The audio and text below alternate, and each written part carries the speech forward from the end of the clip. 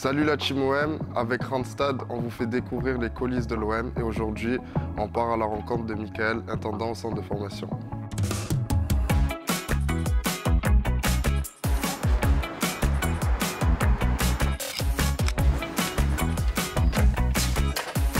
Alors j'ai un parcours assez atypique en fait, parce que moi je viens du commerce. J'ai été manager dans le commerce pendant 9 ans. J'ai voulu changer de métier. J'ai eu l'opportunité de pouvoir intégrer le centre de formation en tant qu'intendant pendant la période estivale en remplacement. Suite à ça, ils ont été contents de mon investissement et j'ai intégré le club en tant qu'intendant au centre de formation.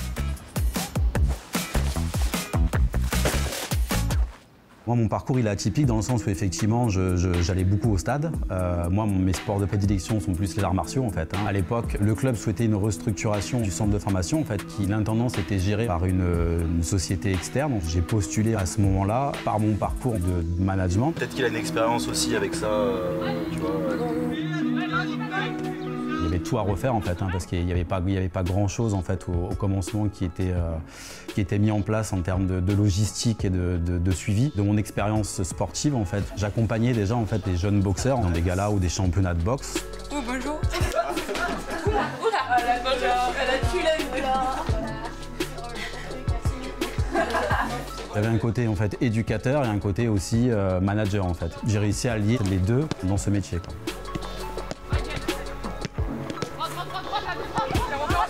Je pense que pour faire ce métier, il faut être neutre, mais de ne pas avoir de parti pris en fait, puisqu'on travaille beaucoup en plus sur l'humain que sur le footballeur, parce que derrière chaque footballeur, il y a un être humain, et encore plus au centre de formation, derrière chaque être humain, il y a un enfant.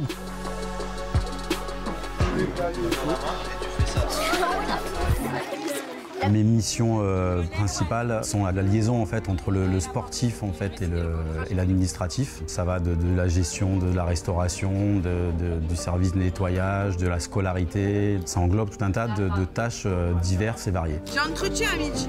Apparemment, il faut prendre le parasol. Prends le parasol, la crème. Prends le soleil noir. Mon rôle au centre de formation commence du réveil du joueur, à l'accompagnement du petit déjeuner, jusqu'à l'accompagnement à l'école, afin de répondre à tous leurs besoins, pour qu'ils soient dans les meilleures conditions possibles pour pouvoir réussir leur parcours scolaire et professionnel en tant que footballeur. Yes, shot from the center of the box, anything you want. Okay, look at this. Il y a également en fait, le suivi médical.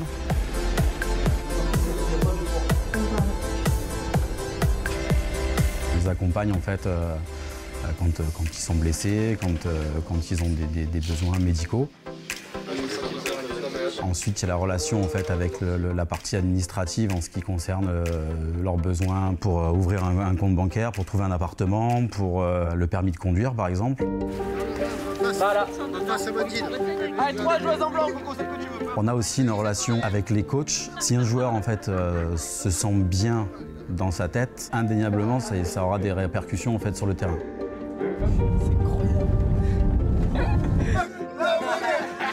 Toujours stylé, toujours classe. Il s'appelle Fred.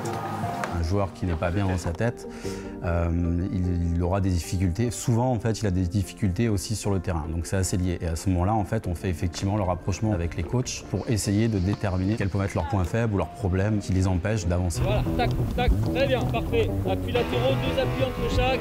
Mais jouez bien. Après le centre de formation, j'ai eu la chance et l'opportunité d'intégrer le groupe pro en tant qu'intendant aussi pour la période estivale, donc la période de préparation avant le championnat. Dans la continuité de travail, c'est extraordinaire parce que tu as vraiment le suivi des jeunes comme Aaron Camardin par exemple, qui quand il était à la préformation, le soir, on avait des navettes en fait, pour les ramener chez eux et maintenant en fait, il fait partie du groupe professionnel.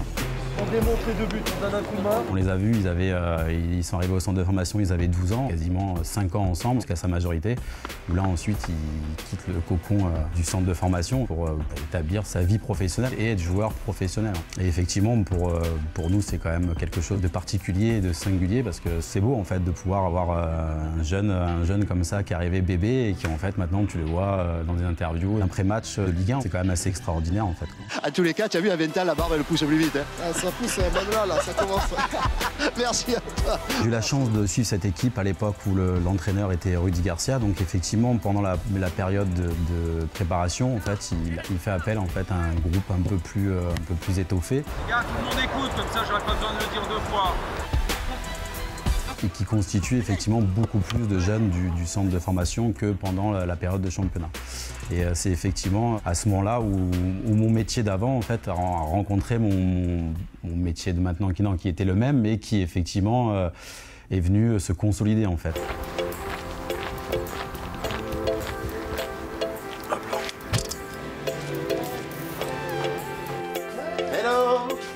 Aujourd'hui, ma mission principale est avec la section féminine, dans laquelle j'exerce le même métier, en fait, la continuité de mon métier, mais de façon différente, puisque le groupe est plus petit déjà. Il y a moins d'intervenants directement, et tout ça, ça reste un métier quand même passion et parce que le fait de réveiller un minot le matin à 6 heures du matin pour commencer sa journée et l'apprendre en fait son futur métier, et quand il y en a qui ont le sourire ou pas, mais ceux qui ont le sourire, c'est toujours aussi émotif que justement une victoire avec le groupe professionnel ou par la suite l'équipe féminine de D2 qui assure son maintien en fait, quoi, de faire partie du vestiaire quand de voir ces filles en fait avant le match concentrées et battantes.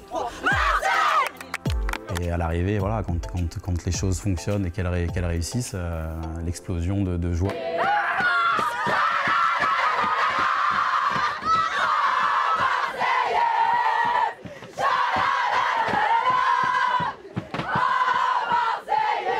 On n'est pas acteur majeur en fait de ce qui va se passer sur le terrain, mais par contre voilà, on contribue beaucoup dans l'ombre en fait.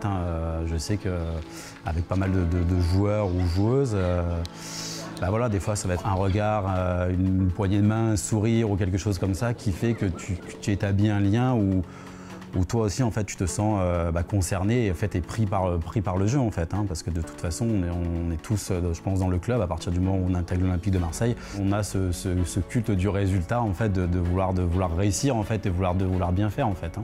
Situation et jeu final. Ok. Allez, on y va, c'est parti.